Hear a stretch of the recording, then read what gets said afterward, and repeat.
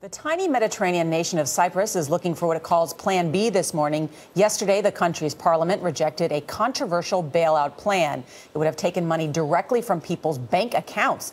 The island's financial crisis is causing jitters worldwide. Rebecca Jarvis is with us this morning. Rebecca, good morning. Good morning. So most Americans, they may say, why does this tiny little island and their banking crisis matter? Explain why it could have far repercussions. It's incredible, Nora, because this is a country that's smaller than the size of the state of Connecticut, and yet it's highly interconnected in the banking system of the Eurozone. Europe is a huge zone, but Cyprus, as these negotiations break down, threatens the stability of the entire European banking system. The United States is heavily invested in the European banking system. So if they go down, they bring down the banking system with them, and the United States feels the pain here. Why? It's so tiny. It's so tiny, and yet the world is so interconnected.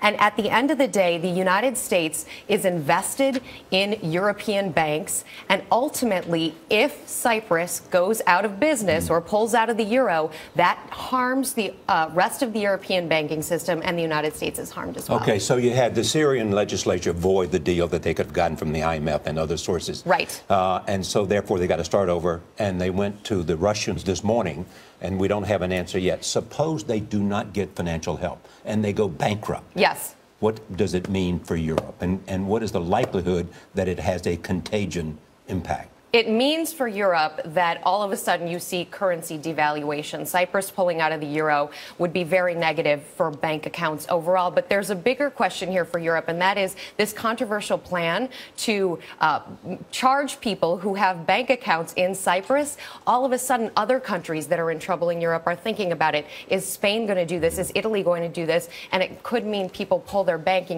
money out of bank accounts. Rebecca Jarvis, thank you.